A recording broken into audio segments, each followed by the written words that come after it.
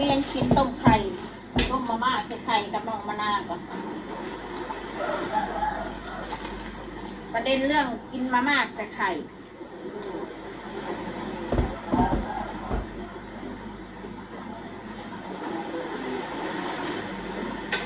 FC บางคนก็จะเข้าใจยากเนาะบางเถื่อมันก็เมื่อยเว้าแล้วเมื่อยด่าแล้วคาดด่าแล้วเมื่อยบางเถื่อเมื่อยเลยจะมาออกตอบโต้บางเถื่อค่ะถ้าบ่ตอบโต้คือแบบถ้าว่าเข้าใจก็คือบ่เข้าใจนะพี่น้องคือว่าพูดอาหารการกินน้องมะนาวเราบ่กินเนี่ยมีแต่พ่อแม่ว่าน้องอ่ะไม่กินอันนั้นกินอันนี้บ่กินอันนี้บ่กินอันนั้นอะไรทำนองนี้นะคอยกับจักสิบอกคือเจ้าว่าจังใดเนาะมันเป็นการช่วงระยะเวลามันเป็นช่วงที่เขาอยากกินกับช่วงไม่อยากกินคือกันกับน้องมะนาวนี่กลางเว้นเนี่ยมันไม่ได้คอยกินเขามันไปกินเขาย่ำกลางคืนลูกคอยนะมันห่วงเล่นเล็กน้อยมันเล่นมันก็บ่ได้ยาคอยก็จักสิอธิบายเดี๋ยวได้ให้คุณเจ้าฟังจริงๆแล้วมะนาวมันก็กินหมดนั่นแหละอาหารการกินน่ะเขากินเบิดนั่นแหละมกกบมกเขียดมันก็กินเบิดละมะนาวนะสิ่งที่มันบ่กินอะไรหรอกก็คือผลไม้นี่แหละคือบ่กินเลยผลไม้นี่มันบ่กินในก่อยเลยเจ้าเข้าใจเนาะข้าวเราเป็นแม่เขาให้อยากให้ลูกเขากินนั่นกินอันนี้มันกินผลไม้ของซื้อนมมาให้มันน่ะนมอะไรกินนมรสผลไม้นมถึงมันสิบแพ้ตามแบบยังหน่อยมันก็มีส่วนผสมของผลไม้นะพี่น้องว่าถึงมันสิบกินผลไม้ไงมะนาวมันไม่ได้ขาดนมเลยนะพี่น้องมันกินตลอดนมนะกินตลอดนมนะโตมันสูงได้ลูกคอยนะแข่งขามันยาวตัวสูงนะเพียงบ่าไหลแม่เลยเดี๋ยวนี้เก็ดขวบเดินหนาจะเก็ดขวบเลย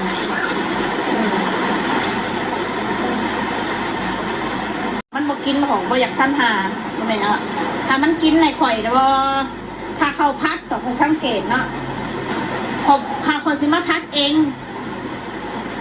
มันพอก็แม่มันก็ไม่ได้หมักกินข้าวผัดบ้านมีลูกก็กินอยู่คนสังเกตกินอยู่มันกินข้าวเจ้าแต่มันกินแต่มันกินแล้วเขาเห็นว่ามันบ่อยู่ท้องแล้วมันก็กินบ่ได้ลายอีกนะมันกินให้เจ้าอยู่ดอกเขาคงเขาพัดกันเลยคือกระตอกก๋วยเตี๋ยวนี่คือกันเส้นมีเส้นนั้นเส้นอันนี้ถ้ามันเห็นมาม่าก็คือเส้นอื่นมันก็บ่กินเลยคือสรุปมันง่ายๆมันหมักเส้นมาม่าพี่น้องเลยลูกไปนั่นเส้นมีเส้นมาม่ามันก็บ่ดีดอกคือเจ้าว่าแต่มันโซเดียมมันหลายจะข่อยก็ไม่ได้ใส่ให้มันนั่นดอกคนกระโต๊ะตั้งแต่เมื่อคืนเนี่ยไม่ได้ใส่ให้มันนั่นดอกคนกระโต๊ะตั้งแต่เมื่อคืนเนี่ยไปใส่ลงไปในไฟบาดของซ้ายเขาใช้น้ำลงก็ได้ไปซื้อเข่าบนไฟบาดบ่มีกินแต่บ่อีหล่ะขามาตักให้กระบุกกระเบือ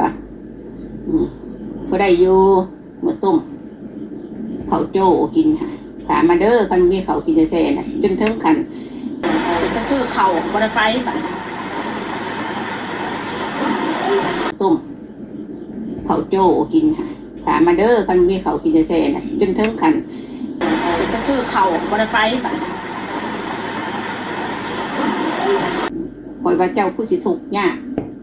ลำบากยากสันซะถูกเกินขนาดไปซื้อเข่าบนไฟแบบ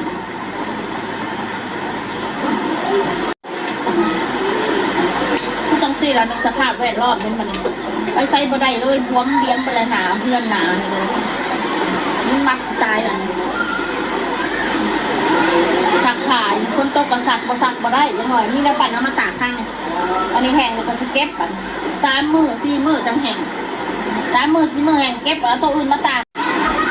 เปิดแล้วจะกินอย่างถ้าจะกินแกงอะไม่เดี๋ยวขอแกงอะไม่เดี๋ยวผมบุหมักใส่ผักกันไข่แยงแล้วก็กินบ่ได้ลาย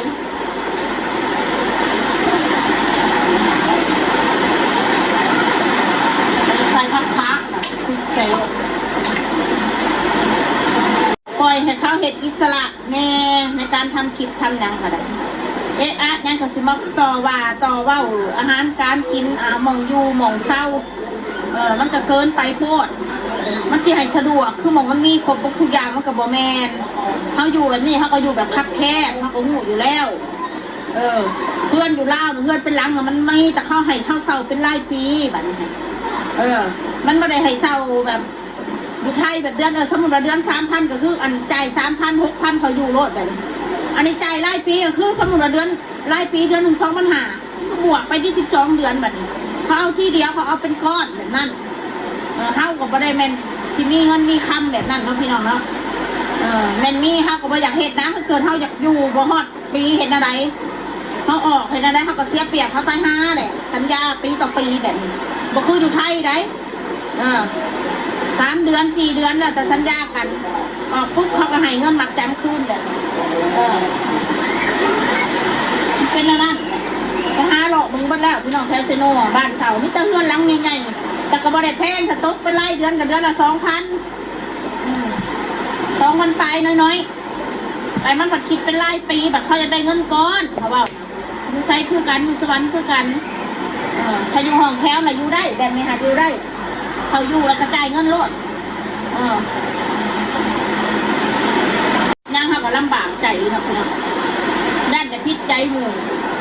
ย่านพิษไปได้เป็นแห้งพิษซ้ำการเลี้ยงลูกเขาเนี่ยคือการว่าเขาเลี้ยงลูกบ่เป็นมันบ่เจ็บบ่ไข่ก็เอาแล้วนะจะเอายังให้เป็นแบบใดเดี๋ยวนี้มันก็เจ็บบ่ป่วยนี่ก็คือว่าโอ๊ยเป็นบุญของเฮาแหละเป็นบุญของพ่อของแม่ถ้าลูกเต้าไข่บ่สบายนี่ป้าตัวมันเป็นทุกข์คือตายอย่างเป็นหนักลูกไข่บุดหนึ่งเขาโรงพยาบาลบุดหนึ่งไข่แบบนั้นเป็นตาคึกยากดูเลยลูกเป็นยังกับบ่ฮู้ลูกไข่กับบ่ฮู้คอยทำหน้าไข่เนี่ยคอยพิจสังเกตบ่ฮู้รถมันสิเป็นเงามันสิบ่ปากบ่แอแล้วก็บ่แอบแม่อีกนอนอย่างเดียวทำไข่แล้วสิแอบแนบๆหน่อยถ้าว่าแอบอะไรเด้อพี่น้องเด้อได้แล้วคลิปหนึ่งพี่น้องฝนมันตกได้แล้วคลิปหนึ่งชาวลาวบอกอีสานไปคลิปน้องมะนาวบัดนี้เด้อคลิปมาม่าก็ได้อีกคลิปหนึ่งพี่น้องเลยซอยเบิ่งให้แน่ให้ข่อยมีเงินมีคำใส่หนีใส่สินไงเด้อพี่น้องเด้อบ่เอายังให้ก็เบิ่งคลิปให้ข่อยแน่เบิ่งโฆษณาให้น้ำพอได้น้องมะนาวจะกินเขากินนั่นเลยแหละขอบคุณหลายๆทั้งคนสร้างและคนหักเด้อพี่น้องเด้อคนสร้างก็ได้คนหักมันบ่มีแล้วล่ะพี่น้องโอเคไป